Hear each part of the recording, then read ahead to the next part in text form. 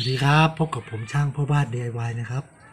วันนี้จะพาทุกท่านมาดูลักษณะการต่อเชื่อมระหว่างตัวเหล็กกับตัวไม้นะครับการต่อระหว่างเหล็กกับไม้นะก็จะเป็นลักษณะอย่างนี้นะครับตัวนี้คือเสาไม้นะครับส่วนตัวนี้เป็นตัวโครงผนังนะครับที่มันเป็นตัวเหล็กโครงผนังนะซึ่งลักษณะการยึดไม้กับโครงเหล็กนี่นะครับก็ทำได้หลายแบบนะครับ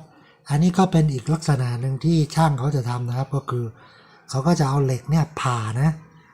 ตัดแล้วก็ผ่าตรงนี้ผ่าตรงนี้ผ่าสี่มุมแล้วก็แผ่นนี้ออกมานะครับแล้วก็เอามายึดกับแผ่นไม้อย่างนี้นะครับแล้วก็เจาะรูนะครับเจาะรูแล้วก็ใช้ตะปูตอกยึดเข้าไปเลยนะครับก็จะทำให้ตัวเหล็กตัวนี้มันสามารถยึดกับตัวไม้ตัวเสาไม้ตัวนี้ได้นะครับหรือว่าตรงนี้นะใครอยากจะใช้สกรูยึดไม้ยึดก็ได้นะครับแต่อันนี้ช่างท่านเนี่ยเขาก็ใช้ตะปู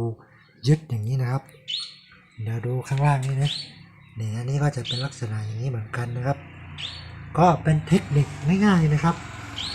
ใครที่คิดจะยึดโครงเหล็กตัวนี้ยึดกับตัวเสาไม้ก็สามารถเอาไปปรับใช้ได้แบบนี้ใช้ได้นะครับ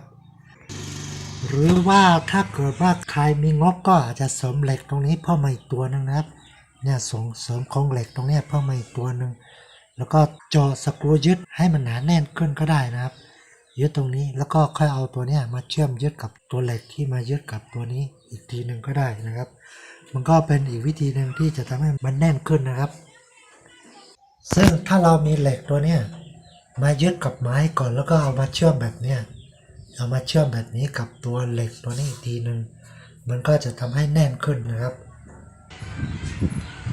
โอเคครับก็คลิปนี้ผมก็จบเพียงเท่านี้นะครับ